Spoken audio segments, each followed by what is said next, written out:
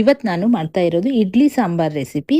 ಇದು ಬ್ಯಾಚುಲರ್ಸ್ ಮತ್ತೆ ಬಿಗಿನರ್ಸ್ ಈಸಿಯಾಗಿ ಮಾಡ್ಕೊಳ್ಳುವಂತ ಸಾಂಬಾರ್ ರೆಸಿಪಿನ ಮಾಡ್ತಾ ಇದ್ದೀನಿ. ಕುಕ್ಕರ್ ಅಲ್ಲಿ 1 ಕಪ್ ಅಷ್ಟು ಬೇಳೆ ಹಾಕಿ ಅದಕ್ಕೆ ಸ್ವಲ್ಪ ಅರಿಶಿಣ ಮತ್ತು 1 ಸ್ಪೂನ್ ಅಷ್ಟು ಎಣ್ಣೆ ಹಾಕಿ ಅದನ್ನು 4 ವಿಸಿಲ್ ಕೂಗಿಸ್ಕೊಂಡು ಚೆನ್ನಾಗಿ ಬೇಳೆನ ಬೇಯಿಸಬೇಕು. ರುಬ್ಬೋದಕ್ಕೆ ತೆಂಗಿನಕಾಯಿ ತುರಿ, ಸಾಂಬಾರ್ ಪುಡಿ ಮತ್ತೆ ಅಚ್ಕಾರದ ಪುಡಿ, ಅರಿಶಿಣ ಹಾಕಿ ಸ್ವಲ್ಪ ನೀರು ಹಾಕಿ ಇದನ್ನು ನುಣ್ಣಗೆ ರೀತಿ ರುಬ್ಕೋಬೇಕು. ನಂತರ ಒಂದು ಪಾತ್ರೆಯಲ್ಲಿ 2 ಸ್ಪೂನ್ ಅಷ್ಟು ಎಣ್ಣೆ ಹಾಕಿ ಸಾಸಿವೆ ಜೀರಿಗೆ ಹಾಕಿ ಒಗ್ಗರಣೆ ಮಾಡ್ಕೊಳ್ಳೋಣ. ಇದಕ್ಕೆ ಈರುಳ್ಳಿ, ಒಣಮೆಣಸಿನಕಾಯಿ ಮತ್ತು ಬೆಳ್ಳುಳ್ಳಿ ಮತ್ತು ಕರಿಬೇವು ಹಾಕಿ ಸ್ವಲ್ಪ ಫ್ರೈ ಮಾಡ್ಕೊಳ್ಳಿ. ನಂತರ ಅದಕ್ಕೆ 1 ಟೊಮೊಟೊ ಕೂಡ ಹಾಕಿ ಫ್ರೈ ಮಾಡಿಕೊಂಡು ಸ್ವಲ್ಪ ಟೊಮೊಟೊ ಎಲ್ಲ ಸ್ವಲ್ಪ ಮೆತ್ತಗಾದ್ಮೇಲೆ ಇದಕ್ಕೆ ರುಚಿಗೆ ತಕ್ಕಷ್ಟು ಉಪ್ಪನ್ನು ಹಾಕಿ ರುಬ್ಬಿಟ್ಕೊಂಡಿರುವ ಮಸಾಲೆ ಮತ್ತು ಹುಣಸೆ ರಸನ ಸೇರಿಸಿ 2 ನಿಮಿಷ ಇದನ್ನು ಕುದಿಸ್ಕೋಬೇಕಾಗುತ್ತೆ. ನಂತರ ನಾವೇನ್ ಬೇಳೆ ಬೇಯಿಸಿದ್ವಿ ನೋಡಿ, ಆ ಬೇಳೆನ ಹಾಕಿ ಇದಕ್ಕೆ ನಿಮಗೆ ಸಾಂಬಾರ್ ಕನ್ಸಿಸ್ಟೆನ್ಸಿಗೆ ಎಷ್ಟು ನೀರು ಬೇಕಾಗುತ್ತೆ ಅಷ್ಟು ನೀರನ್ನು ಸೇರಿಸಿ ಇದನ್ನು 5 ರಿಂದ 8 ನಿಮಿಷ ಲೋ ಫ್ಲೇಮ್ ಅಲ್ಲಿ ಕುದಿಸ್ಕೋಬೇಕು. ಲಾಸ್ಟ್ ಅಲ್ಲಿ ಕೊತ್ತಂಬರಿ ಸೊಪ್ಪು ಹಾಕಿ ಗ್ಯಾಸ್ ಫ್ಲೇಮ್ ನ ಆಫ್ ಮಾಡಿದ್ರೆ ಸಾಂಬಾರ್ ರೆಡಿ ಆಗುತ್ತೆ. ಈ ಸಾಂಬಾರನ್ನು ಬಿಸಿ ಬಿಸಿಯಾದ ಇಡ್ಲಿ ಜೊತೆ ಸರ್ವ್ ಮಾಡಿ ಸೂಪರ್ ಆಗಿರುತ್ತೆ.